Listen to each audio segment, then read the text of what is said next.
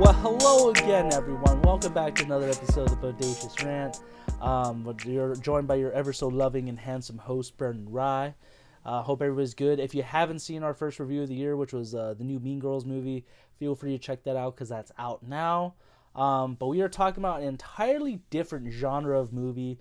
One, again, is one of the sleeper hits of January, kind of like last year's Knock at the Cabin. I mean, where it's like it's surprisingly good for a January movie, and I forgot what else the last few years. But anyways, we were talking about the latest movie from a controversial filmmaker, David Ayer, which is The Beekeeper, starring Jason Statham, Josh Hutcherson, Jeremy Irons.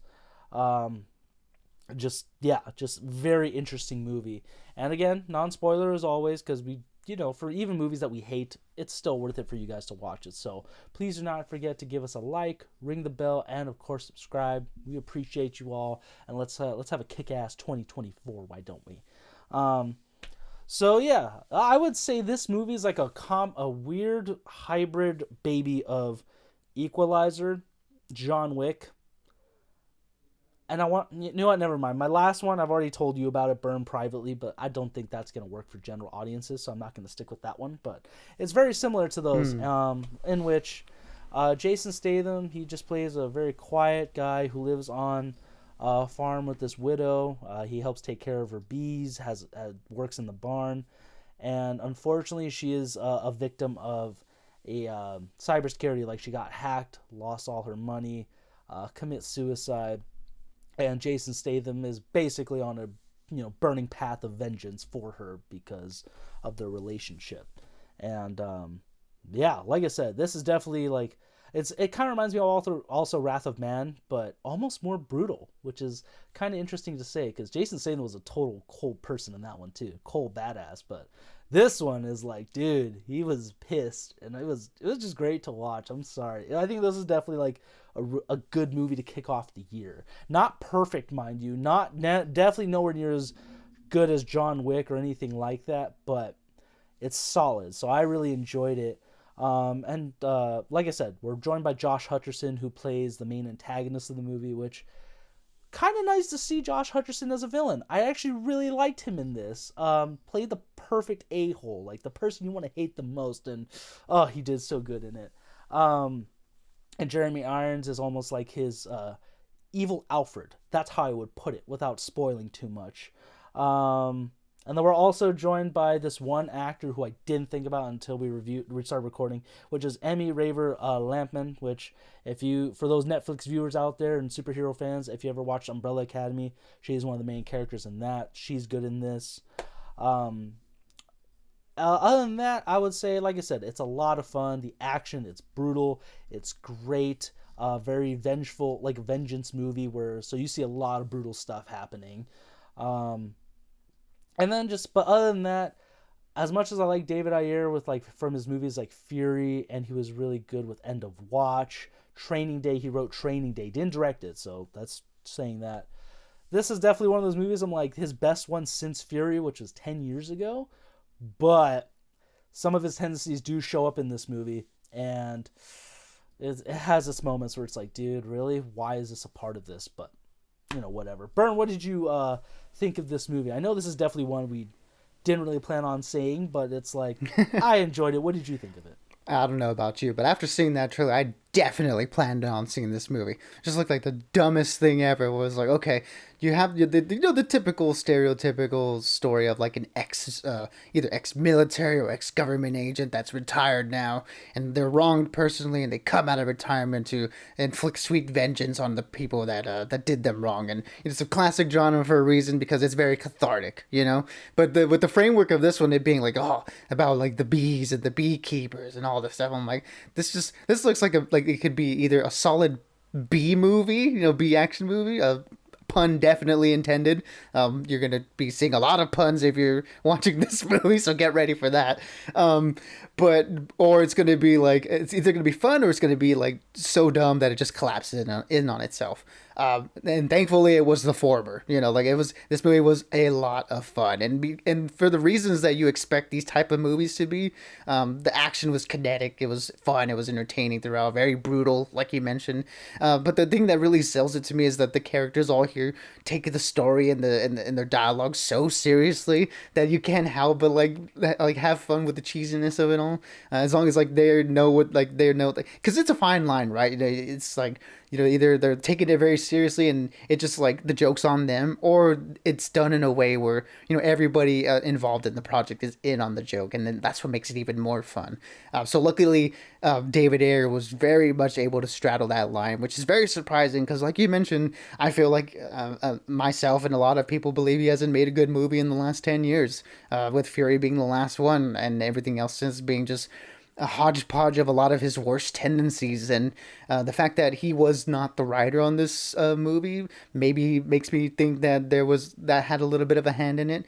But him directing, this movie, he does bring his flair that we've come to like, which is the brutality of the violence, the very stone cold, gruff characters that we get that are luckily here played for comedy and for cheese in some aspects, but you're on the journey with them, and you're rooting for them, and you want them to complete their goals. And Jason Statham, as like him playing himself basically, that he has been in the last few movies, is the perfect leading man for this type of movie and this type of style. So all in all, the package overall just worked really well for me, in that it knew what it was doing and knew what it was trying to accomplish, and that's just give you a really fun time where you're watching bad guys beat up and you just feel like, yes, like they deserved it at the end of every punch. So it was definitely a lot of fun at the movies. Classic B movie, I'll say.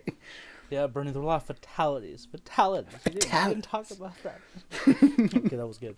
But yeah, like I said, I think it's definitely because he's going after, like, I think like hackers are definitely one of those like villains and stuff that they don't get utilized enough, and they're total scumbags in real life. And I'm glad this movie actually played a good job of, like, you're not supposed to root for these people. These people are not completely innocent. So, it was some deserved justice. Very cathartic, like you said, Bern. I just think of the Selena Gomez skit. It's cathartic. It's good to feel sad. But anyways, like I said, it's just nice that David Ayer finally has a good movie under his belt, because he tried with Suicide Squad. I still say Warner Brothers screwed him over on that. But then he had Bright on Netflix. Not the best movie. It has some fun moments that Bern and I always quote to each other a lot. Not in a good way, but it's funny. And then he had the collector, the tax collector, sucks. And then that movie Sabotage. Did you ever see that? That was a little bit before. No, actually, that was after like Fury and End of Watch. That movie sucked too. With Arnold, the cast was good. Yeah, I love the characters, but the movie sucked overall. So that was a bummer. But anyways, having said all that, with Jason Statham really carrying the weight on his shoulders, Josh Hutcherson being a very charismatic villain, and even the side characters that were bad guys, they added some good flavor to this movie to kind of keep you entertained for the most part, whether it be for cheesy laughs or, you just want to see Jason Statham kill somebody. Yeah. It kind of worked overall. Again, with all the goodness of that being said, it is still a whatever movie. Would I recommend to everybody? Yes and no. Like, I guess if you're into revenge action, stuff like that, absolutely. Like movies like John Wick, Equalizer, Wrath of Man, if you're a fan of those, you may like this movie. So definitely check it out if that's the case. But I'm going to give it a 3 out of 5 ranting, just because not great, but nowhere near horrible. And I'm glad that, again, David Ayer actually has a good movie again, because he's not a bad filmmaker in any means. He just needs help, and that's totally fine. Yeah, and I think definitely it does come in the form of the script being a little bit better than what he's had to work with. Because people who've seen a lot of David Ayer movies, they know he relies on very similar tropes that get pretty old, and especially when it's the same filmmaker doing it. Other filmmakers do certainly get away with that. It's just that it seems like with him, he can't really execute on those ideas differently enough for them to stand apart from each other. And I feel like that's kind of what he's struggled with for the most part lately.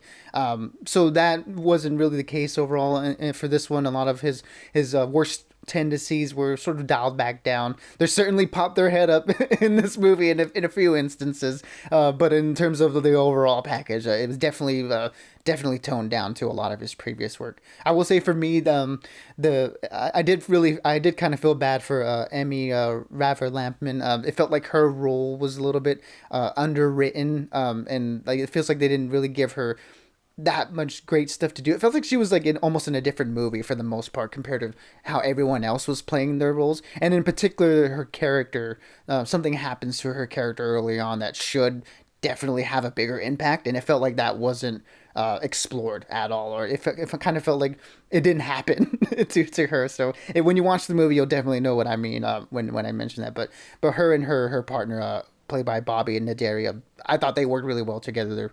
Their chemistry together was a lot of fun to watch. So in terms of the buddy cop aspect, that worked. But her own personal story, I felt that they could have done a little bit more with that. But Jason Statham is the star of the show, and he's doing what he does best, playing the mild mannered weapon of mass destruction, essentially, and he does his job well. So if you're looking for a solid kick ass action movie, this one definitely delivers on that aspect. And yeah, for me, it's going to be a 3 out of 5. You know what you're getting when you see the trailers, and I knew what I was getting when I was watching, and I'm glad it delivered on what it did. And yeah, this is one I'm going to recommend to, like you mentioned, people who are looking for some solid action fun in January.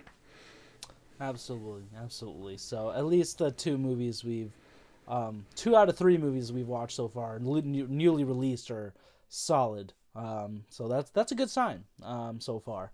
But for those who if you guys did happen to catch this in theaters, what did you all think about it? We'd love to get your thoughts on that. Just keep the conversation going. But yeah, like I said, we got a lot of movies coming out this year for the most part. Definitely not as many Marvel movies. That'll be an interesting thing. DC, I don't think there's anything coming out, or at least one that comes to mind right away. So bear with me on that. But we will definitely have to see what's going on. And until next time, just stay bodacious and keep on ranting for us. Absolutely, everybody. Be good, be safe, and as always, we'll catch y'all on the next one.